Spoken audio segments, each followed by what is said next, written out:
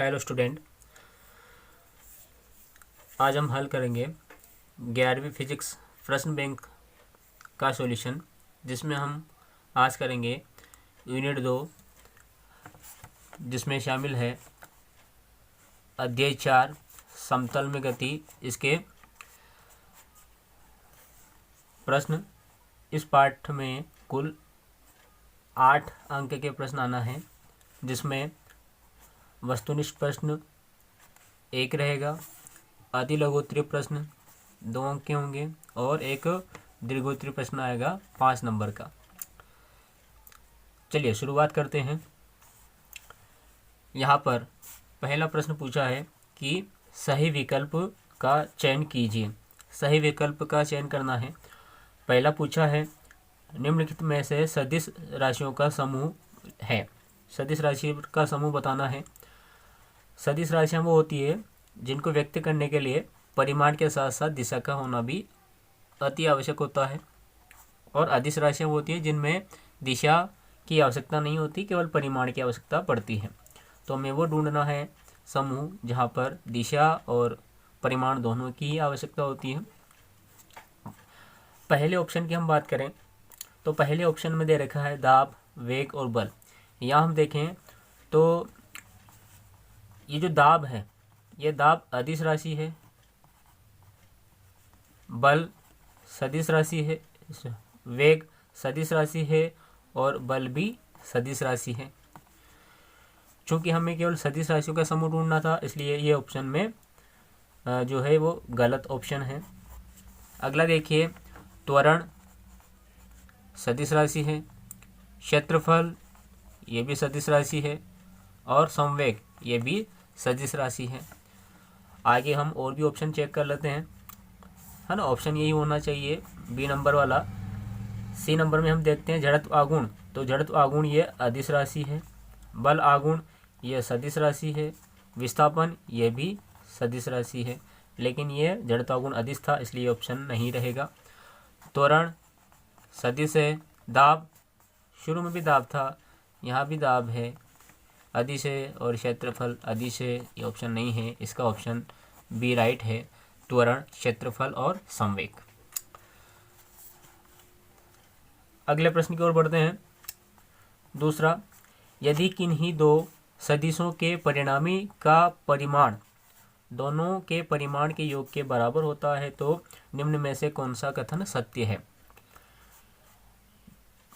Option दे रखे हैं, दोनों सदिश समान हैं, दोनों सदिश लंबवत है, दोनों के मध्य 180 डिग्री का कोण है, या दोनों के मध्य 0 डिग्री का कोण है।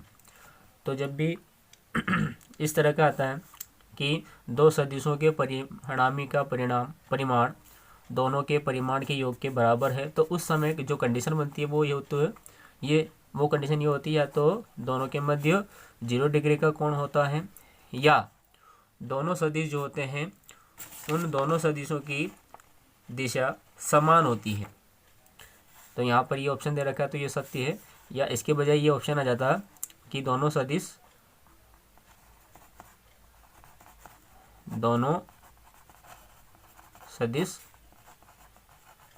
समान दिशा में हैं, तो ये भी सत्य होता है ना। इन दोनों का मीनिंग एक ही है, 0 डिग्री का कोण हो या चाहे वो दोनों सदिश समान दिशा में हो। अगला देखिए, दो सदिशों ए व बी के मध्य कोण थीटा हो तो इनके परिणामी सदिश का परिमाण होगा।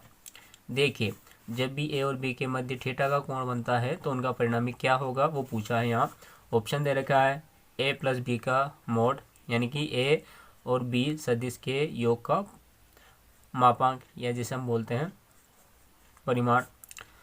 यहाँ पर अंडर रूट के अंदर A square plus B square, C A square plus B square plus 2ab cos theta under root के अंदर ही सारा, और डी उपरोक्त में से कोई नहीं।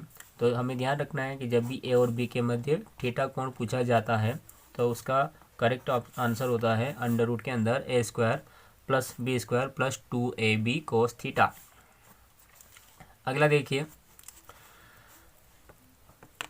अधिकतम अधिकतम दूरी तक प्रक्षेपित करने हेतु प्रक्षेप्य कोण होना चाहिए। प्रक्षेप कोण कितना होना चाहिए ताकि वो अधिक से अधिक दूरी को तय कर सकें। ऑप्शन दे रखे हैं 45 डिग्री, 60 डिग्री, 90 डिग्री या 0 डिग्री। तो इसका सही आंसर है ए 45 डिग्री ये होगा। तो जो प्रक्षेप है वो अधिक से अधिक दूरी तय करेगा। आगे के सवालों प्रश्नों की ओर बढ़ते हैं। अगला ऑब्जेक्टिव पूछा है यहाँ, निम्न में से किन कोणों के जोड़ों के लिए क्षैतिज परास समान होता है या समान रहेगा। जोड़ों की बात करी है और क्षैतिज परास समान होना चाहिए। ऑप्शन दे रखे हैं 50 degree, 75 degree, 40 degree, 50 degree, 50 degree 60 degree या 40 डिग्री 45 डिग्री। तो जब भी इस प्रकार का प्रश्न आता है तो हमें यह ध्यान रखना है कि यहाँ पर जो भी कोण दिए जाएंगे, मान के चले कि यहाँ एक कोण ए है और एक कोण बी है, इन दोनों का जो हम जोड़ें तो उनका जो टोटल है वो 90 डिग्री होना चाहिए। वो ऑप्शन इसमें सही होगा। देखिए 50 और 75 है ना, ज़्यादा होते हैं 90 से। 40 और 50, देखिए 40 और 50 का जो टोटल है वो 90 डिग्री होता है। इसका ऑप्शन ये सही है। बाकी और भी चेक कर सकते हैं। 50 डिग्री 60 डिग्री ये होता है 110, गलत है। 40 और 45 ये होता है 85, भी गलत है और ना, ऑप्शन नंबर बी राइट है। अगला देखें, अदिश राशि वह है जो पहला किसी भी प्रक्रिया में संरक्षित रहती है, कभी ऋणात्मक नहीं होती है, विमाहीन होती है या उन सभी दर्शकों के लिए एक ही मान रखती है चाहे अक्षों से उनके अभिविन्यास भिन्न भिन्न हों। तो अदिश राशि वह होती है डी नंबर वाली, डी नंबर 27 कि उन सभी दर्शकों के लिए एक ही मान रखती है चाहे वह अक्षों से उनके अभिविन्यास अलग अलग या भिन्न भिन्न क्यों न हो। यहाँ तक। अब हम इसके एक वाक्य के उत्तर कर लेते हैं। आज हम इसमें केवल ऑब्जेक्टिव क्वेश्चन जो 1 नंबर के है वो और साथ ही जो 2 नंबर के अंक के प्रश्न हैं वो करने वाले हैं। बाकी के जो दीर्घोत्तरीय प्रश्न हैं वो हम अगले वीडियो में करेंगे जो 5 नंबर का आने वाला है। यहाँ देखिए, पहला एक वाक्य में उत्तर दीजिए। पहला पूछा शून्य सदिश किसे कहते हैं। तो शून्य सदिश की परिभाषा हमें लिखनी है। तो इनके आंसर देखिए।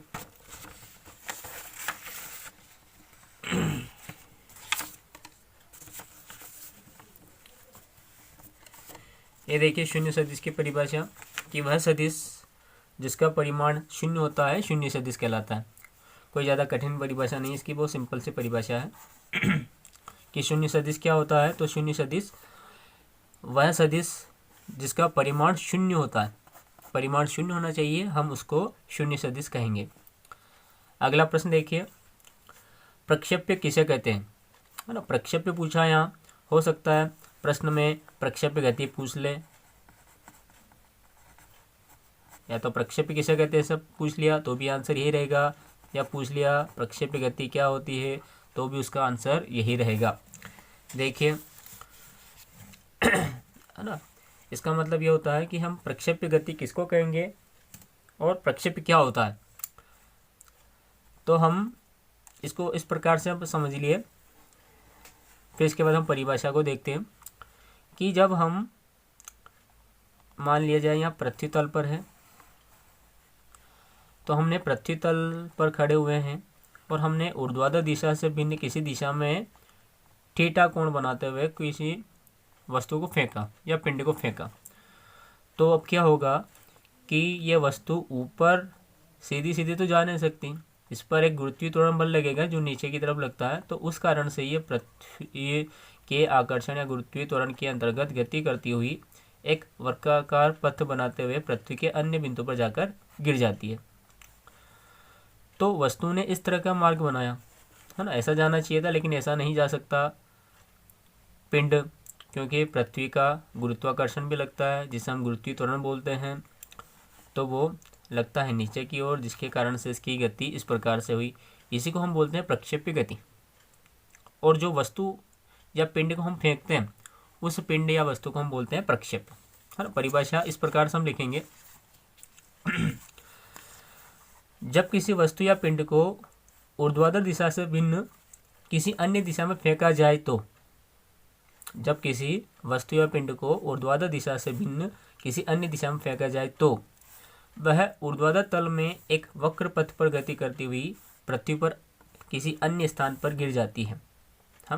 हमने यहाँ उदाहरण में देखा क्या होता है कि यदि वस्तु को ऐसा फेंका जाता है तो वह ऊर्ध्वाधर तल में एक वक्र पथ पर गति करती हुई पृथ्वी पर किसी अन्य स्थान पर गिर जाती है, तो वस्तु की इस गति को प्रक्षेप्य गति कहते हैं और फेंके गए इस पिंड या वस्तु को प्रक्षेप्य कहते हैं। ये इसकी परिभाषा होगी। अगला प्रश्न देखिए।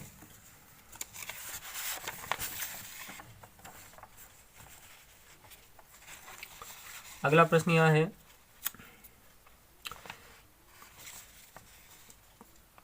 किसी सदिश ए की दिशा में एकांक सदिश लिखिए। एकांक सदिश बताना है ए की दिशा में, तो किस प्रकार से लिखेंगे देखते हैं।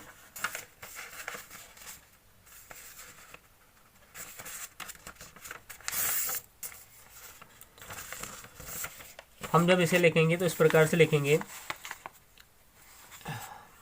सदिश ए की दिशा में एकांक सदिश। एकांक सदिश को इस प्रकार से दर्शाते हैं, ए की दिशा में ए के ऊपर हंस पद या कैप लगाते हैं, तो ए कैप बराबर हो जाएगा सदिश ए बटा सदिश ए का परिमाण। इस तरह से हम इसको दर्शाएंगे। अगला प्रश्न देखिए। अभिकेंद्रित त्वरण का सूत्र कोणीय वेग के पद में लिखें। कोणीय वेग इसको हम ओमेगा से व्यक्त करते हैं, तो ओमेगा वाला सूत्र हमें देना है अभिकेंद्रित त्वरण का। तो सूत्र इस प्रकार से है,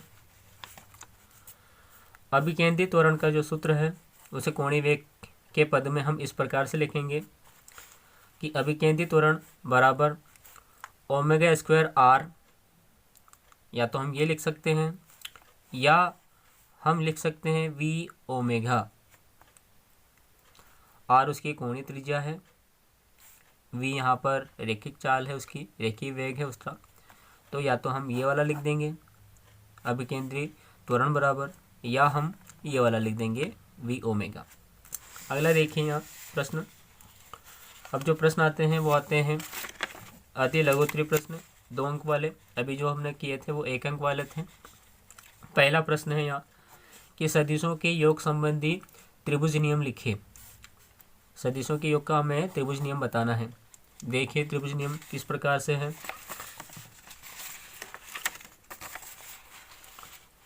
ये रहा त्रिभुज नियम। पहले हम इसको समझ लेते हैं किस प्रकार से त्रिभुज नियम है। जैसा कि नाम से पता है यहाँ कि त्रिभुज है, तो हमने यहाँ पे त्रिभुज की भुजाएं बनाई। तो हमने 2 सदिश को 2 भुजाएं मानी उसकी। जैसे त्रिभुज है यहाँ ओ ए बी, हमने यहाँ ओ ए को सदिश ए दिया जिसकी दिशा ए की तरफ है, इस तरफ है। ए बी को दूसरा सदिश दिया बी जिसकी दिशा इस तरफ है। और जो ओ बी ये रहा, ये इनका परिणामी है सदिश, तो इसकी जो दिशा है इसके विपरीत क्रम में है ना। ये इसकी दिशा इस तरफ, इसकी दिशा इस तरफ, इसकी दिशा इस तरफ होनी चाहिए कि लेकिन इस तरफ नहीं होती है, इसके विपरीत क्रम में होती है, उल्टे क्रम में होती है। तो इसकी दिशा इस तरफ आएगी, तो इसका परिणामी हो जाएगा ए प्लस बी। साथ में सदिश का चिन्ह लगाना कंपलसरी है, तो हम ऐसा भी बोल सकते हैं सदिश ए प्लस सदिश बी।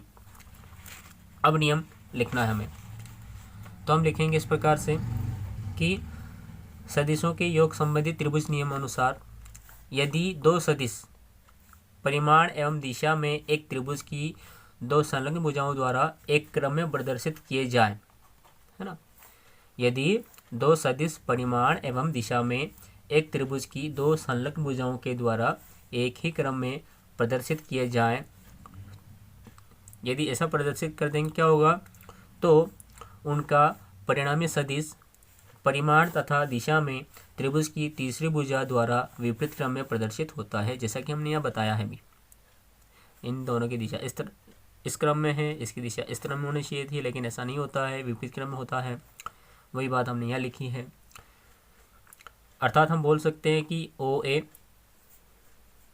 और ओ बी इन दोनों का जो योग है वो ओ बी के बराबर है। तो हमने लिखा सदिश ओ बी बराबर ओ ए प्लस ए बी। इनकी वैल्यू हम लिख सकते हैं यहाँ पर। ओ ए की वैल्यू है ए सदिश, सदिश ए प्लस इसकी वैल्यू है बी सदिश, तो ये लिख गया बी सदिश। तो ये इसका त्रिभुज नियम है। अगला प्रश्न देखिए,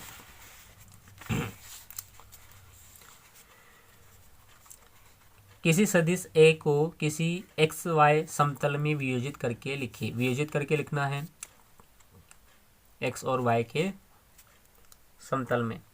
तो देखिए इसको लिखने का तरीका इस प्रकार से होता है।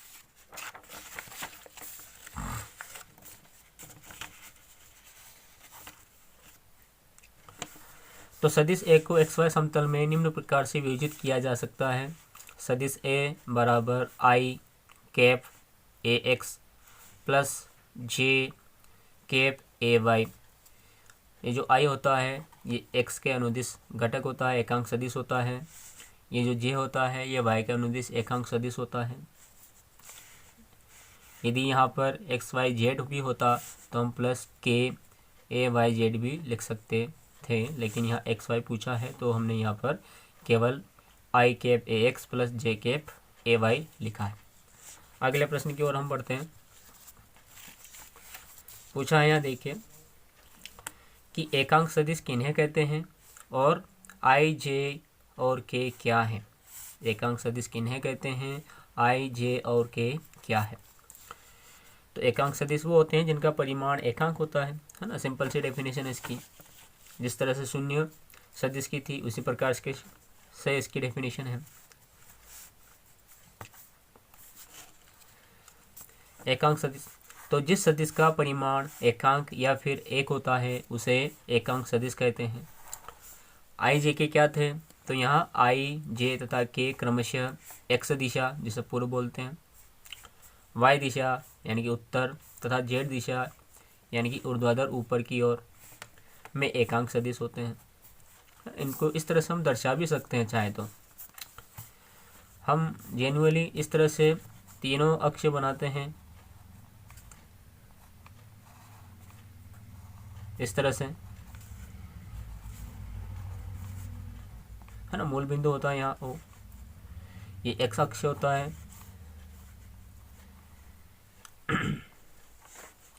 ये वाई अक्ष यहाँ पर और ये जेड अक्ष यहाँ पर है ना, इसके अकॉर्डिंग।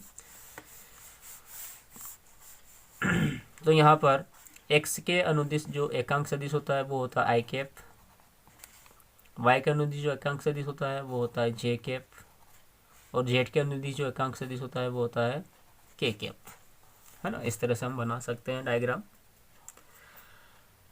आगे और प्रश्न की ओर बढ़ते हैं। यहाँ पूछा है अगला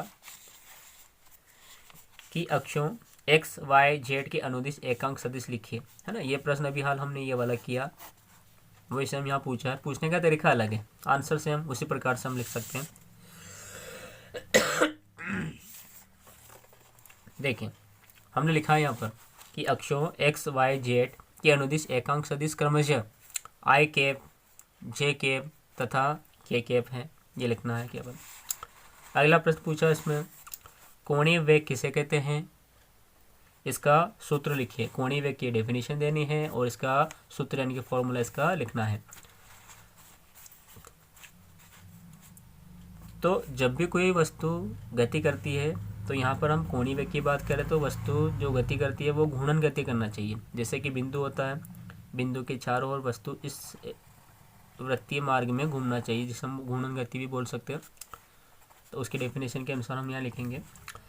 तो घूर्णन गति कर रही वस्तु या कण के कोणीय विस्थापन में समय के साथ परिवर्तन की दर को कोणीय वेग कहते हैं, है ना। जैसे वस्तु यहाँ से चलना शुरू करती है ए बिंदु से, है ना, आर उसकी त्रिज्या हो गई, ओ उसका केंद्र बिंदु हो गया। यहाँ से मान लो कि यहाँ आने में उसको कुछ समय लगा, टी समय लगा या डेल टी समय लगा, तो यहाँ तक आने में उसने जितना विस्थापन देख रहा है उस विस्थापन को बोलते हैं कोणीय विस्थापन। तो इस कोणीय विस्थापन तथा समयांतर, है ना, समयांतर में जितना कोणीय विस्थापन उसने तय करा है उसको हम बोलते हैं कोणीय वेग। तो घूर्णन गति कर रही वस्तु के कोणीय विस्थापन में समय के साथ परिवर्तन की दर को कोणीय वेग कहते हैं। और इसे अक्सर ये डब्ल्यू जिसका चिन्ह है इसे हम ओमेगा बोलते हैं, है ना, ओमेगा से प्रदर्शित करते हैं। इसका जो सूत्र होता है वो इस प्रकार से होता है, हिंदी में इस तरह से लिखते हैं, कोणीय वेग बराबर कोणीय विस्थापन बटे समयांतर। सूत्र एक बार और, कोणीय वेग बराबर कोणीय विस्थापन बटे समयांतर। संकेतों में लिखेंगे इस प्रकार से, ओमेगा बराबर डेल थीटा बटा डेल टी, जिसका सूत्र हो गया। अगला देखिए 2 नंबर का अंतिम प्रश्न, वृत्ति गति के लिए आवर्तकाल तथा आवृत्ति की परिभाषा एवं सूत्र लिखिए। देख लेते हैं, लास्ट प्रश्न और है, ये भी वृत्ति गति का ही प्रश्न है। उसमें 2 आवर्तकाल और आवृत्ति इन दोनों की पूछी है। तो हम पहले आवर्तकाल की डेफिनेशन लिखते हैं यहाँ। आवर्तकाल, तो जब वृत्ति गति करते हुए कण द्वारा एक पूर्ण चक्र लगाने में लगा समय कण का आवर्तकाल कहलाता है। जैसे वृत्ति गति है, मानो कि आर त्रिज्या का कोई वस्तु गति कर रही है त्रिज्या मार्ग में ए बिंदु से, तो इस वस्तु को यहाँ से चलकर ऐसे घूम फिर के वापस यहाँ आने में जितना समय लगता है उस समय को हम आवर्तकाल बोलते हैं, है ना। वही परिभाषा है कि वृत्ति गति करते हुए कण द्वारा एक पूर्ण चक्र पूरा करने में या लगाने में लगा समय कण का आवर्तकाल कहलाता है। और आवर्तकाल इसका सूत्र होता है टी बराबर 2 बाय ओमेगा, 2 बटा ओमेगा बोल सकते हैं, होता है। और इसका मात्रक हमें याद रख लेना है, ऑब्जेक्टिव में पूछा जा सकता है। इसका मात्रक सेकंड होता है क्योंकि समय ही है एक तरह से। और लास्ट इसमें पूछा था आवृत्ति भी बताना है और उसका सूत्र भी बताना है। तो यहाँ आवृत्ति की डेफिनेशन इस प्रकार से कि किसी कण द्वारा 1 सेकंड में लगाए गए चक्रों की कुल संख्या को आवृत्ति कहते हैं। आवर्तकाल है कि इस एक चक्र को पूरा करने में कितना समय लगता है, वो आवर्तकाल होता है। और आवृत्ति होती है कि 1 सेकंड के अंदर इसमें कितने चक्र पूरे हो सकते हैं, उनकी संख्याओं को हम आवृत्ति कहते हैं। तो किसी कण द्वारा 1 सेकंड में लगाए गए चक्करों की कुल संख्या को आवृत्ति कहते हैं। आवृत्ति का सूत्र होता है n बराबर ओमेगा बाय 2 पाई, या बोल सकते हैं n बराबर 1 बाय टी, ये होता है इसका। और इसका जो मात्रक होता है, इसका मात्रक होता है प्रति सेकंड। इस प्रति सेकंड को हम हर्ट्ज भी बोलते हैं, या तो हम प्रति सेकंड लिख सकते हैं या हर्ट्ज लिख सकते हैं। तो इस तरह से हमने इसके ऑब्जेक्टिव साथ में 2 नंबर वाले क्वेश्चन किए हैं। नेक्स्ट पार्ट में हम इसके जो दीर्घ उत्तरीय प्रश्न हैं वो करेंगे।